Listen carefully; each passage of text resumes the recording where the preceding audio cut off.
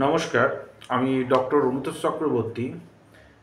আজকে আপনাদের HMPV সম্বন্ধে কথা বলবো, অর্থাৎ হিউম্যান মেটা নিউমো ভাইরাস। আমি আগেও করোনার সময় আমি বলেছিলাম আপনাদের করোনা ভাইরাস নিয়ে, তো অনেক কাণ্ড ঘটেছে, আপনারা সবাই জানেন। আজও আমার কাছে পেশেন্ট আসেন করোনার পরেই আমার এইসব রোগ হয়েছে, এইসব নিয়ে ঠিক আর কি। যাই হোক, ওই ব্যাপারে আমি যাচ্ছি না। আবার আমি আপনাদের কাছে এসেছি কিছু বলার জন্য। হিউম্যান মেটা নিউমো ভাইরাস যেটা, সেটি হচ্ছে অনেক আগেই এর অস্তিত্ব ছিল। চীনে দেখা গেছে কিছু মানুষজন এতে অ্যাফেক্টেড হচ্ছে, করোনার মতোই সাইন অ্যান্ড সিমটম। তো এই ভাইরাসটার ইনকিউবেশন পিরিয়ড হচ্ছে 5 থেকে 7 দিন। তারপর যতদিন থাকবে থাকে, 10 দিন, 12 দিন, 14 দিন থাকে। সিমটম একেবারেই করোনার মতো, এবং যেমন আমার স্নিজিং, মুখে স্বাদ থাকছে না, ফিভার, এই যে জিনিসগুলো ছিল করোনার সময়, গন্ধ পাচ্ছি না, এই যে জিনিসগুলো ছিল একইভাবেই রয়েছে। এখানে নতুন কিছু নেই। করোনাতে যেমন কিছু প্রিকশন নেওয়া হয়েছিল, মাস্ক পরা, হাত স্যানিটাইজ করা, জামা কাপড় পরিষ্কার পরিচ্ছন্ন রাখা, ঘর স্যানিটাইজ করা, এইসব জিনিসগুলো যে ছিল, এগুলো আগেও বলেছিলাম, এগুলো কোনোটারই প্রয়োজন ছিল না। কারণ যা স্নিজিং হচ্ছে, অর্থাৎ হাঁচি হচ্ছে, তারই একমাত্র মাস্ক পরার দরকার আছে। এছাড়া যেমন সর্দি কাশি, তো এই যে স্নিজিংগুলো হয়, তাতে আমাদের যে এমনি ইনফ্লুয়েঞ্জা ভাইরাস, দেখবেন বাড়িতে কারোর যদি ইনফ্লুয়েঞ্জা হয়, ঘুরে ঘুরে বাড়ির সমস্ত যারা ফ্যামিলি মেম্বার, তাদের ঘুরে ঘুরে হতে থাকে। কারণ তারা বাড়িতে মাস্ক পরেন না, এবং আনহাইজেনিক যে হাত দিয়ে অনেকে স্নিজ বা হাঁচি দিচ্ছেন, সেটা দিয়ে অনেক জায়গা ছুটছেন, যার ফলে এটা সব জায়গায় কন্টামিনেশন হয় বা কন্টামিনেট হয়। এখন ব্যাপারটা হচ্ছে, তো যার স্নিজিং হচ্ছে তাকে ইনফ্লুয়েঞ্জা বা হাঁচি হচ্ছে, তাকে ইনফ্লুয়েঞ্জার সময় আমি বলবো মাস্ক একটা পরতে, সার্জিক্যাল মাস্ক এমনি পাওয়া যায় বা অনেক সস্তায় কিনতে পাওয়া যায়, সার্জিক্যাল মাস্ক পরতে বলবো। আর যার হচ্ছে না তার দরকার নেই, এই ক্ষেত্রেও দরকার নেই, কারণ মাস্ক পরার একটা বড় সাইড এফেক্ট আছে। আপনারা আমার ওয়েবসাইটে গিয়ে দেখে নিতে পারেন, আমার নামই ওয়েবসাইট drOnutoshchakraborty.com, মাস্ক পরার ডিমেরিট। আর হ্যাঁ, করোনা আমাদের একটা বড় শিক্ষা দিয়ে গেছে, হাত ধুয়ে খেতে হয়। আপনারা যেমনই থাকুন না কেন, আপনার হিউম্যান মেটানিউমো ভাইরাস হোক, ইনফ্লুয়েঞ্জা হোক, যা খুশি হোক, কোনো ব্যাকটেরিয়া ইনভেশন হোক, খাওয়ার আগে দয়া করে হাতটুকু ধোবেন। সাবান দিয়ে হাত ধোয়াটা এটা গুড একটা ম্যানারের মধ্যে পড়ে। খাওয়ার আগে আমরা যতবার খাবো ততবার হাতটা আমরা ভালো করে একটু ধুয়ে নেব। কারণ যত কন্টামিনেশন হয় এই হাত বা বায়বীয়, অর্থাৎ এটাতে একটি ড্রপলেট ইনফেকশন, অর্থাৎ হাঁচি, কাশি, থুতু, এইসব থেকে এই ভাইরাসটা আরেকজনের শরীরে ঢুকে পড়ে। তাই হাত যখন, যেখানে আমরা পরিষ্কার পরিচ্ছন্ন নিজেকে রাখবো, আর হাতটা একটুখানি ধোবো। এছাড়া আর তেমন কিছু স্যানিটাইজিংয়ের এমন কিছু প্রয়োজন হয় না। আসলে স্যানিটাইজিং করে ভাইরাসের তো মৃত্যু ঘটে না, খানিক পয়সা নষ্ট ছাড়া আর কিছু না বলেই আমি মনে করি।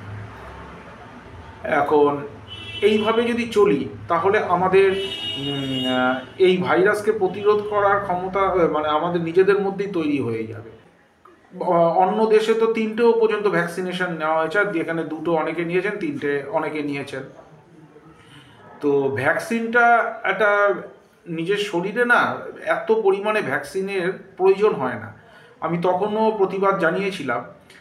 দেখা যাবে হয়তো সরকার থেকে আবার এই আমাদের হিউম্যান মেটানিউমো ভাইরাসের ওপরও একটা ভ্যাকসিন করে দেবে কি জানি না। যদি করে, যদি বলে, তাহলে আবার নিতে হবে। এখন এত দূর যাবে বলে আমার মনে হয় না, কারণ অনেক বিজ্ঞ ডাক্তারবাবুরাও রয়েছেন সেখানে, আমি আশা করি, যারা এর প্রতিবাদ জানাবেন। আপনাদের শুধু করতে হবে, যদি আপনাদের হাঁচি হয়, একটি সার্জিক্যাল মাস্ক পরে থাকবেন, আর খাওয়ার আগে হাতটা ধোবেন। আর যদি আপনার মনে হয়, তারপর ডিস্টেন্স মেনটেনিং ছিল করোনাতে, ডিস্টেন্স মেনটেন করতে হতো, সেই ডিস্টেন্স মেনটেন যদি ইনফ্লুয়েঞ্জা হয়, ইনফ্লুয়েঞ্জাও তো ডিস্টেন্স মেনটেন করা উচিত। সুতরাং এগুলো তেমনভাবে হয় না। আর তার থেকেও বড় কথা যে এই যে ইনফ্লুয়েঞ্জা, নিউমো ক্যানারা বায়ুর সাথে যুক্ত, অর্থাৎ লাং, আপার রেসপিরেটরি ট্র্যাক্টেই এই ইনফেকশানগুলো হয়। যেমন করোনার হয়েছিল, ইনফ্লুয়েঞ্জার হয়। ইনফ্লুয়েঞ্জারও প্রি সিকিউরলি যদি আনট্রিটেড থাকে, অনেকদিন ধরে কোনো ট্রিটমেন্ট তেমন করে না, তারও নিউমোনিয়া হতে পারে। করোনারও আলটিমেট ছিল নিউমোনিয়া, লাং অ্যাফেকশান।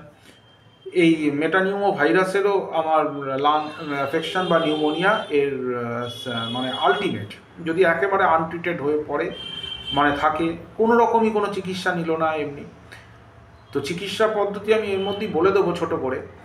এখন আপনাদের কি করতে হবে, একটা সার্জিক্যাল মাস্ক পরবেন যদি হাঁচি হয়, হাঁচি কাশি অত্যন্ত হচ্ছে, যেন পাশের ব্যক্তি যেন অ্যাফেক্টেড না হয়। যতটা আটকালো, এটা ড্রপলেট ইনফেকশন সাইড দিয়ে বেরো অনেকভাবেই বেরোতে পারে। নাম্বার 2 হচ্ছে, আর না হলে করতে হবে না, নাম্বার 2 হচ্ছে খাওয়ার আগে হাত ভালো করে আপনারা ধোবেন।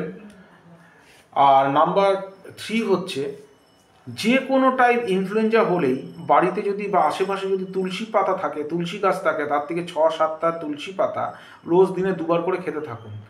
আর যদি বাড়িতে পাতিলেবু থাকে, সেই একটা করে পাতিলেবু রোজ খেতে থাকুন। আপনার ইনফ্লুয়েঞ্জা অনেকটা ঠিকঠাক হয়ে যাবে। এটা একদম ঘরোয়া চিকিৎসা বললাম, খেতে থাকুন। আর ওষুধ বলতে আমাদের আর্সেনিক 30 খুব ভালো মেডিসিন। এছাড়া আমাদের যদি এরকম কোনো সিমটম থাকে, ইউফ্রেশিয়া একটি ভালো মেডিসিন, ইউফ্রেশিয়া 30, এটা দিনে 2বার করে খেয়ে যেতে হবে, যতদিন না ওগুলো ঠিকঠাক হয়।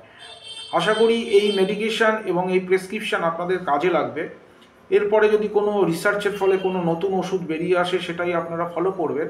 তবে আমি করোনা এই ওষুধ দিয়ে অনেকজন করোনা রুগীকে আমি ঠিক করেছিলাম, আর তাই জন্য আপনাদের বললাম। তবে মনে রাখবেন, তুলসী পাতা এবং পাতিলেবু এই দুটো জিনিস খাবেন। আর যদি না হয় ভিটামিন সি বাইরে থেকে কিনেও খেতে পারেন। এই দুটো খেলেই আপনাদের এই ভাইরাস ব্যাকটেরিয়া সম্বন্ধে আর কোনো মানে চিন্তা ভাবনা কিছু থাকবে না, আর এইসব নিয়ে চিন্তাই করবেন না। পরে ভ্যাকসিন আসলে জানি না আপনারা দেবেন কি দেবেন না, বা সরকার আবার জোর করবে কি করবে না সেটাও জানি না। তবে আমি কিছুতেই না বলবো না।